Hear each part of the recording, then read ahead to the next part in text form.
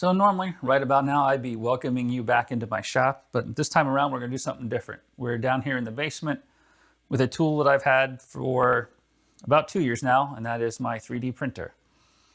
I'm gonna talk to you about it a little bit, what makes it different, what features I like about it, and how I incorporate it into my other hobbies. So what you see in front of you here is a heavily upgraded Railcore II 300ZL. As you might be able to guess from the name, it has up to 300 millimeters of travel in the X and the Y and up to 335 millimeters in the Z. And I say up to because this is a kit and it's one that's heavily upgradable. You can have a, depending on what you have mounted, for example, I just have a single extruder.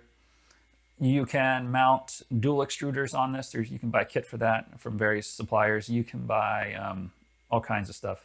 There's people currently working on tool changers for this. So you'll be able to mount 4 or 5 different extruders or different tools to the printer, and then the machine can swap them out.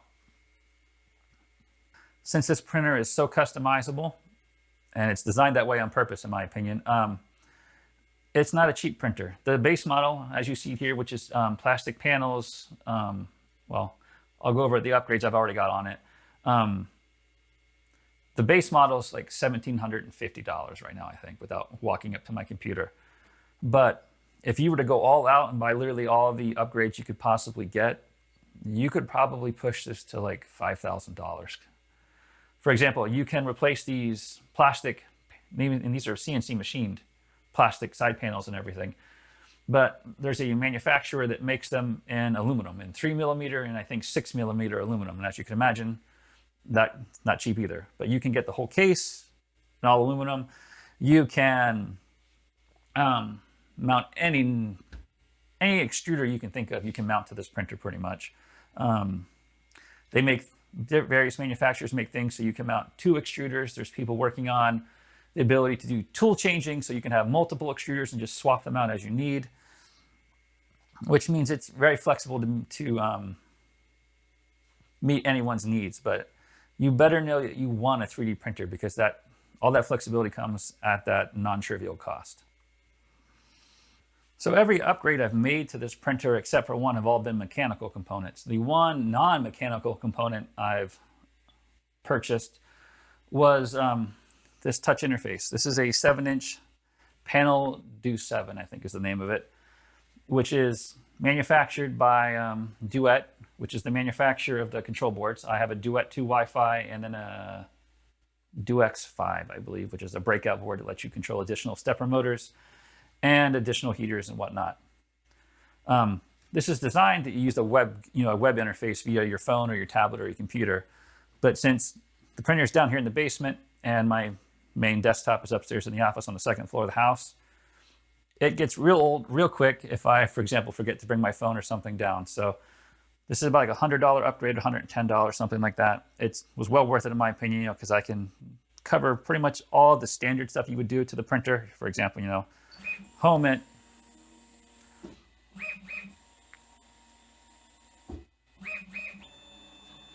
I can, there's homing the Z. I can, as I just showed, home it. I can change the heater, change the temperature in the bed, change the temperature of the hot end. If there are files that are already loaded into the SD card, I can just pick them and run them from here.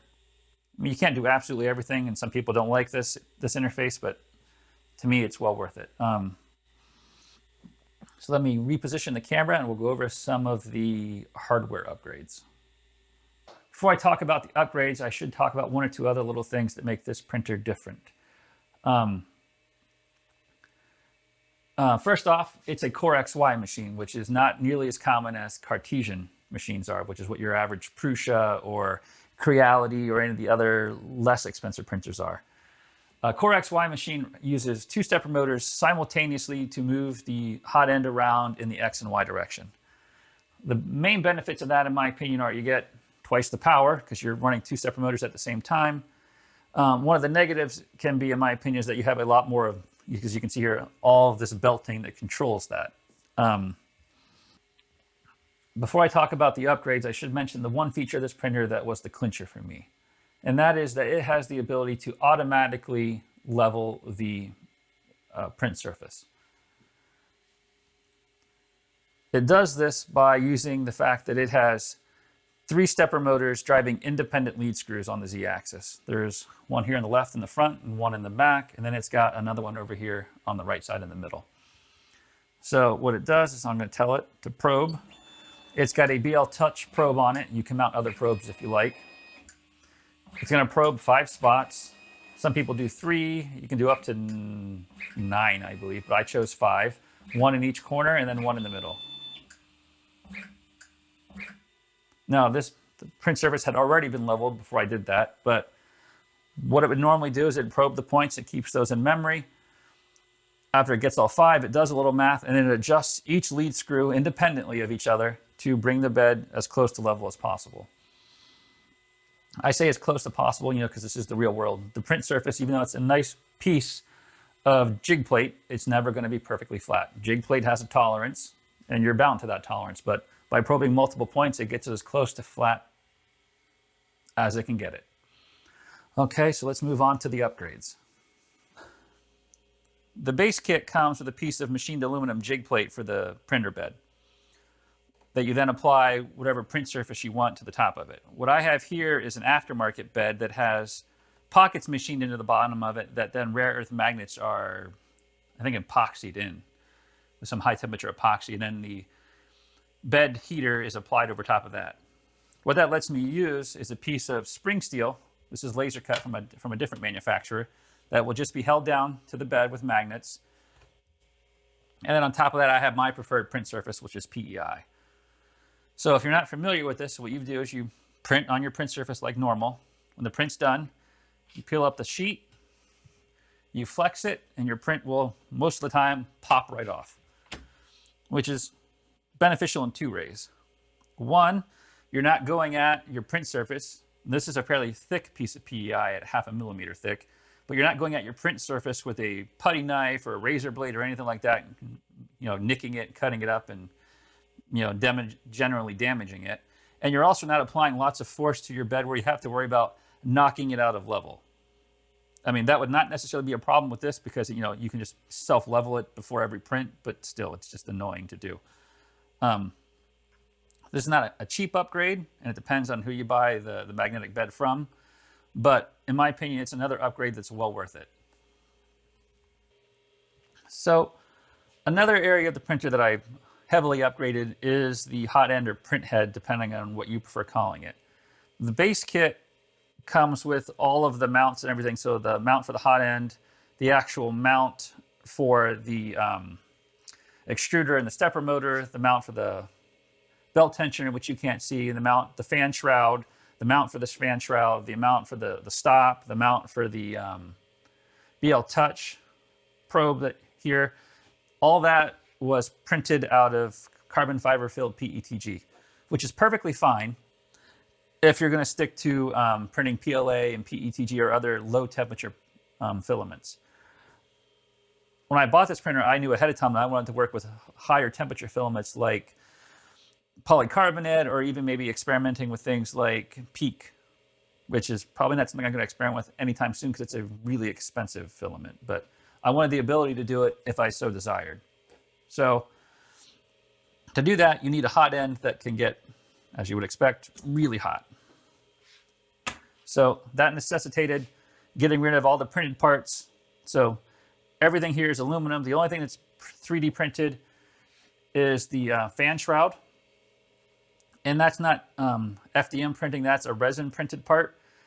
And I can't remember what the type of resin it was, but it's a ultra high temperature resin. It's good to 225 or 250 C if memory serves, which should be fine for what I'm printing because, it's a fan shroud. It's got cold air blowing through it or cool air blowing through it. So it shouldn't get that hot. The hot end is heavily upgraded in the fact that it has a 60 watt heater cartridge, a copper block, a titanium heat break, and then I'm running Nozzle X nozzles. Everything here is good for pretty much any filament. The hot end, as I've tested it already, will go to 550 degrees Celsius, which is hot enough to print anything you can buy. So I got pretty much all of this. The only thing I had You can't see it here, and it's not really worth it to move the camera for. It was originally I upgraded all these parts, and then I changed the, or I shouldn't say I changed. I kept the 3D printed belt tensioner, but recently a manufacturer released a nice aluminum one, and I went with it because I just liked it. I mean, it's more robust, it's stronger, and it wasn't really much different in weight. Let me switch the camera around, and I'll show you the last major upgrade I've done and why I think that's beneficial. So what you're looking at here is the right front, or not the right front, the left front yoke, and then the bed mount. So this is an important part of the Railcore or any printer that has a similar feature set, because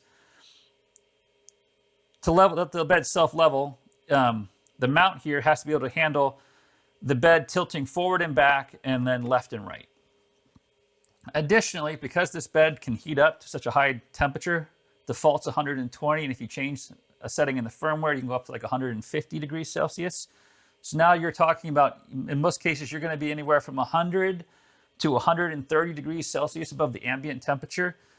And remember, this is a giant chunk of aluminum that's 340 millimeters wide. So when you raise it that far above ambient temperature, it is going to expand in the X and the Y direction a significant amounts, several thousandths, maybe like 10 or 15 thousandths of an inch.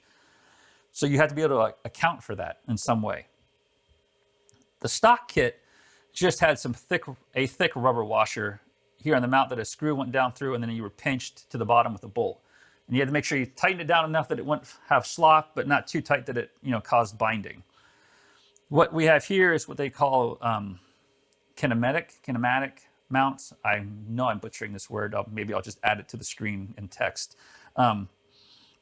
So here in the front, what you have is a ball and a socket. So the ball, or this corner of the bed, can't move in the X and Y axis, but it can rotate in all three axes. In the back here in the back on the left, there is another ball attached to the bed, and it sits down on two parallel pins that allow the ball to, again, rotate in the axes, but it can only move in the Y axis. So it can the ball can slide back and forth on those two pins and rotate. And then over here on the right side of the printer, and the other I just forgot the word. Yoke is the word I'm looking for. The other yoke is just another ball, but it's sitting on a flat round plate. So it can move in the X and the Y, and it can rotate. And the three of them combined let their bed rotate around so that it can handle the leveling, and it will allow the bed to move around freely when it expands and contracts due to the temperature change from the heater. I wouldn't say it's an amazing upgrade, but in my opinion, I've saw a better print quality by switching to these mounts. It's kind of one of those things that it's a fine thing, but you can see, how do you want to put that? It's a fine thing, like it's not going to be magical, but you will see a difference. And I think as you print at higher and higher temperatures, that difference will become more significant as the expansion of the bed becomes more, and dealing with it becomes more important.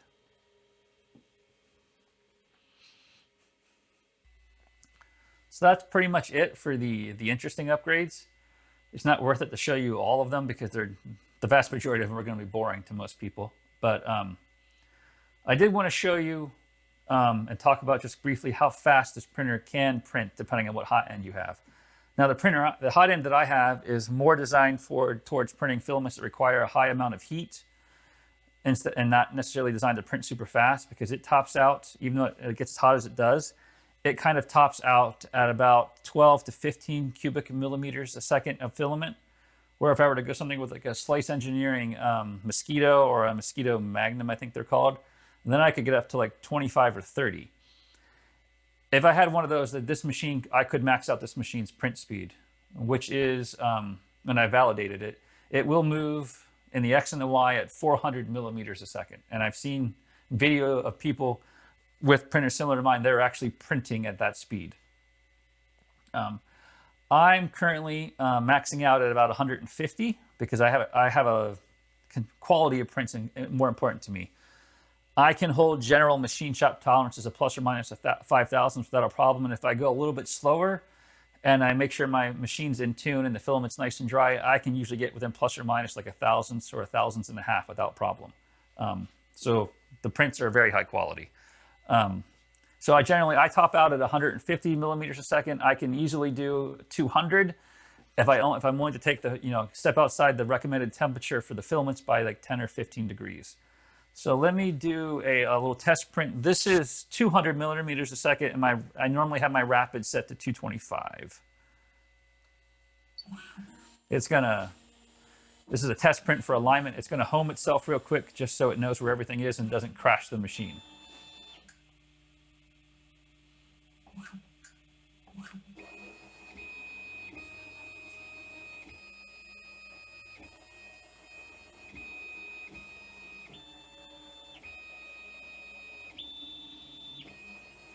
And I'll probably just cut the video here because for this test thing, it just repeats that little pattern 5 times. But as you can see, it's moving pretty fast for most people. And this machine's capable of twice this speed. So I've gathered up a collection of prints to show you.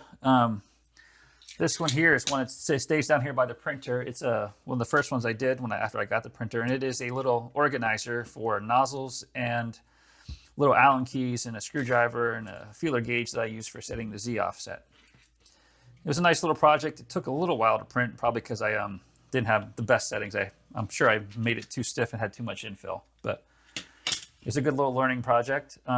These are 2, well, I shouldn't say 2. I've got 2 of them here, but I've made almost a dozen of them at this point.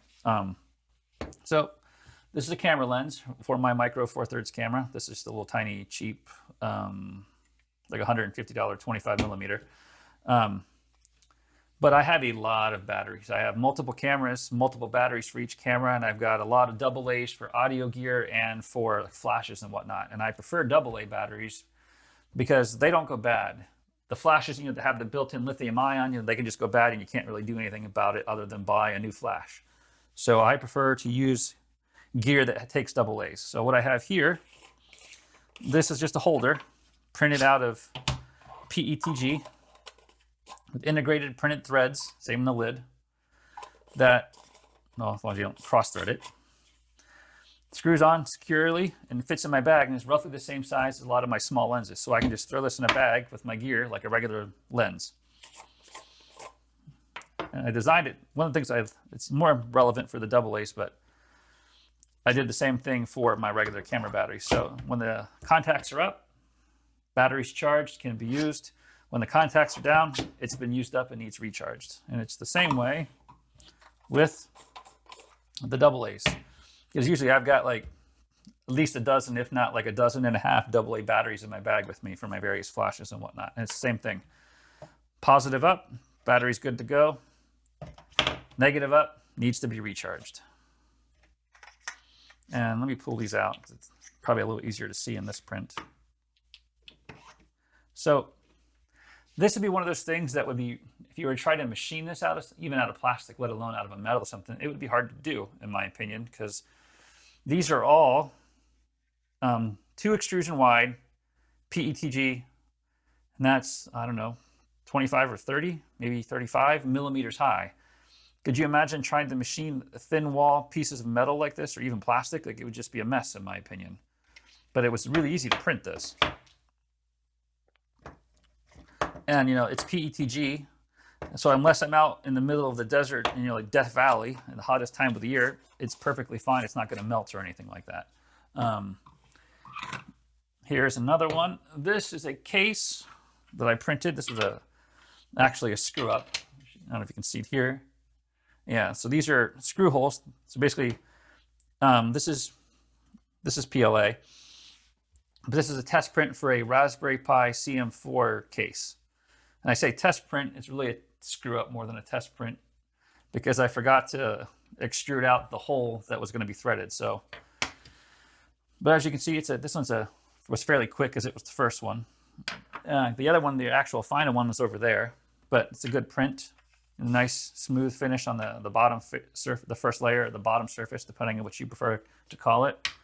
And then here was a test print to ensure I got good layer adhesion, because this was actually it's over here, you can't see, it's just off screen, but the enclosure for the touch interface, because when you buy the touch interface, it just comes as a panel with the raw electronics, and you have to come up with your own enclosure.